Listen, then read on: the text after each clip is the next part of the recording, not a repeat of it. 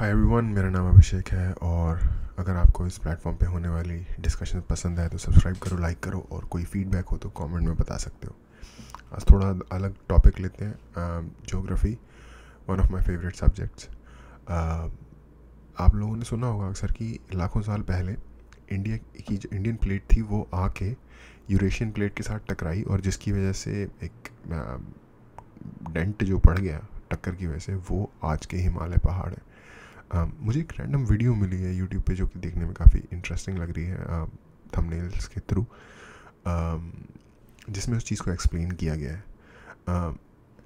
Typically पूरे उसी चीज़ को पर्टिकुलरली समझने के लिए मैंने कभी कोई स्पेसिफिक वीडियो नहीं देखी, तो मैंने सोचा शायद नॉलेजेबल है और इस पर रिएक्शन देना शायद थोड़ा इंटरेस्टिंग होगा, तो लेट्स वॉच।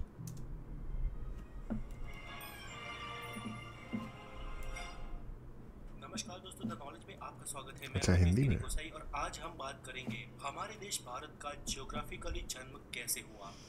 आज से करीब बहुत 20 करोड़ क्लियर साल वीडियो पहले भाई। हमारी धरती पर आज के दिखने वाले डिवाइडेड कॉन्टिनेंट्स नहीं थे।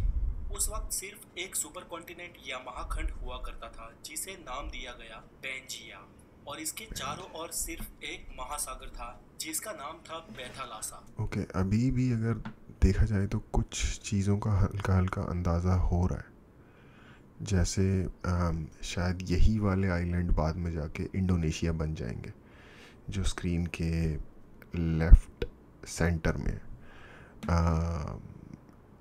इसके अलावा जो उसके जस्ट ऊपर है वही शायद आगे जाके थाईलैंड का पेनिनसुला बन जाएगा, but I don't know, may be. देखते हैं, आगे बढ़ते हैं। और आज के सारे खंड इसी महाखंड पेंजिया में से विखंडित होके बने हैं। ये थियरी देने वाले वैज्ञानिक अल्फ्रेड वेगनर थे और उनका ये भी मानना था कि उसी वक्त उस महाखंड पे रेंगने वाले जीवों का विकास हुआ। दोस्तों, पृथ्वी के गर्भ में लगातार प्लेट्स खिसकती रहती है जिसके चलते धरती पर निरंतर बदलाव होते रहते हैं, लेकिन ये बदलाव लाखों या करोड़ों सालों बाद दिखाई देते हैं और इन्हीं बदलावों के तो चलते थोड़ा पीछे जाते हैं, इंडिया देखते हैं कहाँ से निकला है एग्जैक्टली। लेकिन ये बदलाव होती रहती है जिसके और पीछे जाओ। हुआ। दोस्तों, पृथ्वी के गर्भ में लगातार ओके, प्लेट्स मेडागास्कर खिसकती इंडिया के रहती साथ है टच था पहले। जिसके चलते धरती पर निरंतर बदलाव होते रहते हैं, लेकिन ये बदलाव लाखों या करोड़ों सालों बाद दिखाई देते हैं और इन्हीं बदलावों के चलते आज के ये दिखने वाले कॉन्टिनेंट्स का जन्म हुआ और उनके तुम साथ ही हमारे देश हिमालय। भारत का भी।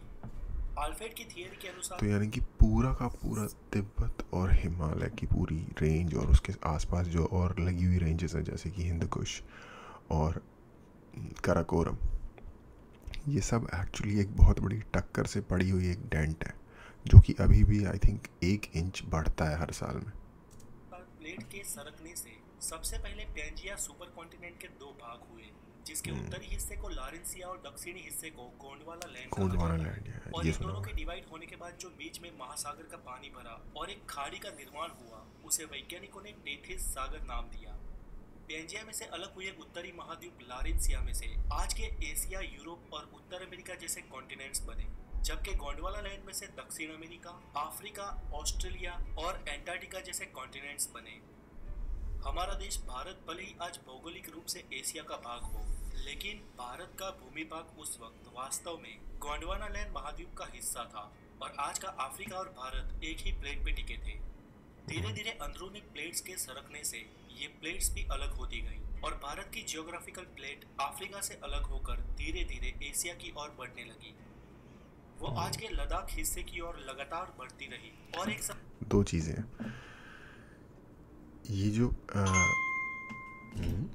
ये जो नीचे श्रीलंका है, ये साथ साथ कैसे चल रहा है ना टच होने के बावजूद भी। और दूसरी चीज़ ये है कि ये ऐसा लग रहा है जैसे पानी के ऊपर कोई पत्ता तैर रहा हो, बट एक्चुअली ऐसा नहीं है। पानी एक्चुअली में जो लैंड मास होता है वो पानी के बहुत नीचे प्लेट के अंदर होता है, तो ये एक्चुअली में पानी अपने आप साइड होता जा रहा है ये, और वो आगे बढ़ता जा रहा है। ये समझ लो कि वो पानी को साइड पे करके आगे जा रहा है, ना कि उसके ऊपर फ्लोट हो रहा है। समय इस प्लेट का एशिया के लद्दाख वाले ये मेरी अंडरस्टैंडिंग है, बहुत ही बेसिक लेवल की। प्लेट्स कैसे काम करती है मुझे बहुत ज़्यादा नहीं पता उस बारे में। से पे टकराव हुआ। दोस्तों, भूगर्भ में जब दो प्लेट्स का टकराव होता है तो भारी प्लेट नीचे की ओर सरक जाती है और हल्की प्लेट ऊपर उठ जाती है। उस वक्त भी ऐसा ही हुआ और आज के हिमालय का निर्माण हुआ। ऐसा कोई कम समय में नहीं हुआ, ऐसा होने में करोड़ों साल लग गए और आज की क्या इस भौगोलिक ज़बरदस्त है भूमि यार। का निर्माण हुआ। दोस्तों, आज भारत सिर्फ एक ही टेक्टोनिक प्लेट पे टिका है और लगातार ये भारत की भारी प्लेट हिमालय की ओर दब रही है और हिमालय दिन ब दिन ऊपर उठ रहा है। इसके साथ ही हिमालय के सारे पर्वतों की और माउंट एवरेस्ट की हाइट भी साल दर साल बढ़ रही है। दोस्तों, इस थियरी को सिद्ध करने के लिए एल्फ्रेड ने ये भी कहा कि आज के दिखने वाले सारे कॉन्टिनेंट एक दूसरे में फिट होते हैं और आज अगर किसी तरह इन सबको एक किया जाए तो फिर से पेंजिया सुपर कॉन्टिनेंट का निर्माण हो सकता है। चलिए, ये तो एक संयोग भी हो सकता है, लेकिन अल्फ्रेड ने अलग अलग विस्तार में जाके उस महाखंडों की जीव सृष्टि का और प्राचीन खड़कों के अवशेषों का अवलोकन किया तो ये मालूम हुआ कि विविध अवशेष अलग अलग खंड में एक समान ही थे। इसके साथ ही अल्फ्रेड ने अपनी इस थियरी को सिद्ध करने विभिन्न अवशेष अलग अलग खंड में एक समान ही थे। इसका क्या मतलब हुआ? जैसे कि पहाड़ हैं वो एक ही जैसे ही थे? आई डोंट नो, ये समझ में नहीं आया मुझे। के लिए कई सारे उदाहरण दिए।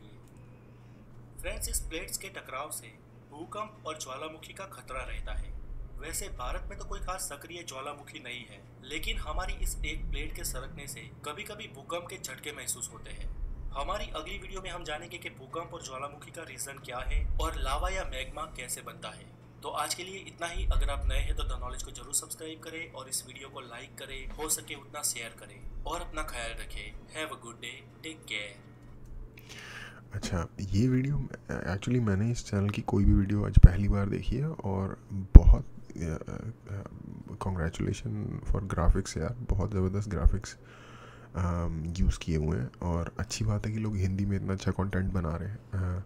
हिंदी में वीडियोस बनाने के पीछे मेरा एक डिसीजन ये था कि हम जो बात करें वो जो कहीं पे भी कोई भी रहता है इंडिया में, जो जहाँ पे हिंदी भाषा का क्षेत्र है, क्योंकि मुझे ऑफ कोर्स साउथ की लैंग्वेजेस नहीं आती, तो वहाँ तक लोगों को समझ में आए, हर किसी को समझ में आए। बहुत सारे आपको कमेंट मिल जाएंगे यूट्यूब पे जहाँ लिखा होता है कि प्लीज़ हिंदी में ट्रांसलेट कर दो या फिर प्लीज़ हिंदी में इसका एक वर्जन निकाल दो। और आई थिंक जिन लोगों के वो कमेंट्स होते हैं, नॉलेज सबसे ज़्यादा उन तक पहुंचने की ज़रूरत है, क्योंकि ज़्यादातर हम ये एक्सपेक्ट कर सकते हैं कि वो देश के थोड़े पिछड़े इलाकों से आते होंगे जहाँ पे शहर में या फिर इंग्लिश में लैंग्वेज इतनी रेडिली अवेलेबल नहीं होगी, सॉरी इंग्लिश में नॉलेज इतनी रेडिली अवेलेबल नहीं होगी। तो इस तरह का अच्छी क्वालिटी का कंटेंट, साइंटिफिक कंटेंट जो कि आपको कुछ सिखा रहा है कि एग्जैक्टली चीज़ें काम कैसे करती हैं। ज्योग्राफी वैसे एक साइंस का सब्जेक्ट नहीं है, बट जो प्लेट्स की मूवमेंट है ये पार्ट ऑफ एक तरीके की ये साइंस, अर्थ साइंसेस में ही आ गया है। तो उनको उनकी लैंग्वेज में ये कंटेंट मिल रहा है, ये बहुत अच्छी बात है। मैं अप्रिशिएट करता हूँ जिनका ये चैनल है उनको इस बात के लिए। और मुझे भी देख के मज़ा आया, क्योंकि ऑफ कोर्स ग्राफिक अच्छे थे और एक ऐसी चीज़ सीखने को मिली जो कि जनरली लोगों को नहीं पता होती, क्योंकि कोई ध्यान नहीं देता इतना।